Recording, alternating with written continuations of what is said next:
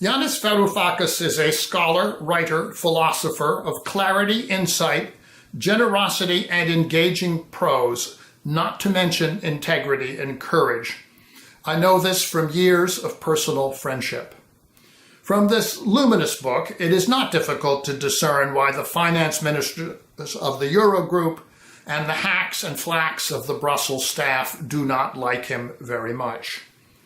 The European Union emerges here primarily as two things: as a project of the United States centered on Germany by American choice in the early post-war period, and as the system for the administration of an industrial cartel, designed as an organ of states and companies, and not as a democracy in itself, nor as an extension of the democracies in the underlying member states.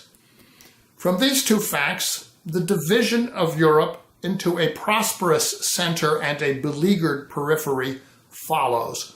There are parts that matter and parts that don't. And so the weak suffer what they must.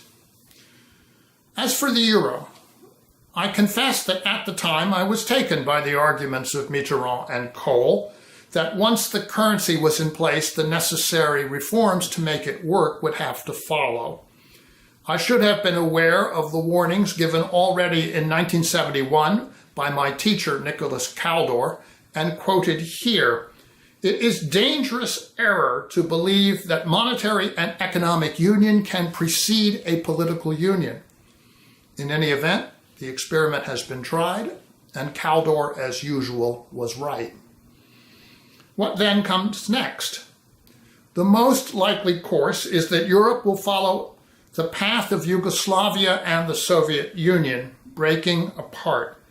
The dynamic of national self-interest here is unmistakable. When all the doors and windows are shut, there is nothing left to break out through the walls. It is impossible to imagine that the present standard of living or the present combination of freedom and security will be maintained, or that vast increases in xenophobia, racism, violence, mutual distrust, and mutually destructive policies can be avoided.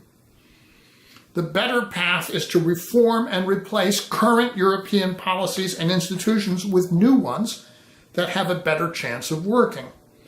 That is what Stuart Holland, Yanis, and I recommended within the framework of current European treaties in the modest proposal. That is what Yanis attempted in his 5 months of negotiations as Minister of Finance. That is what the Democracy in Europe movement is about, and that is what is recommended in this book. Up until now, it has been very hard for any of these efforts to gain traction. The sway of fixed ideas and entrenched interests is strong. But in recent months, we've seen Brexit. We've seen the election of Donald Trump. We see the referendum in Italy and the rapidly upcoming election in France.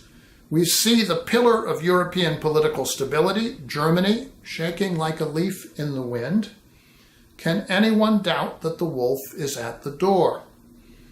It is one of those moments when, as Lincoln said in 1862, we cannot escape history. Permit me to quote the more mundane passages in that statement, as the references to the Union then and the Union now resonate with us today. Fellow citizens, we cannot escape history. We will be remembered in spite of ourselves. No personal significance or insignificance can spare one or another of us. We say we are for the Union. The world will not forget that we say this. We know how to save the Union. The world knows that we do know how to do this. We, even we here, hold the power and bear the responsibility. Thank you very much.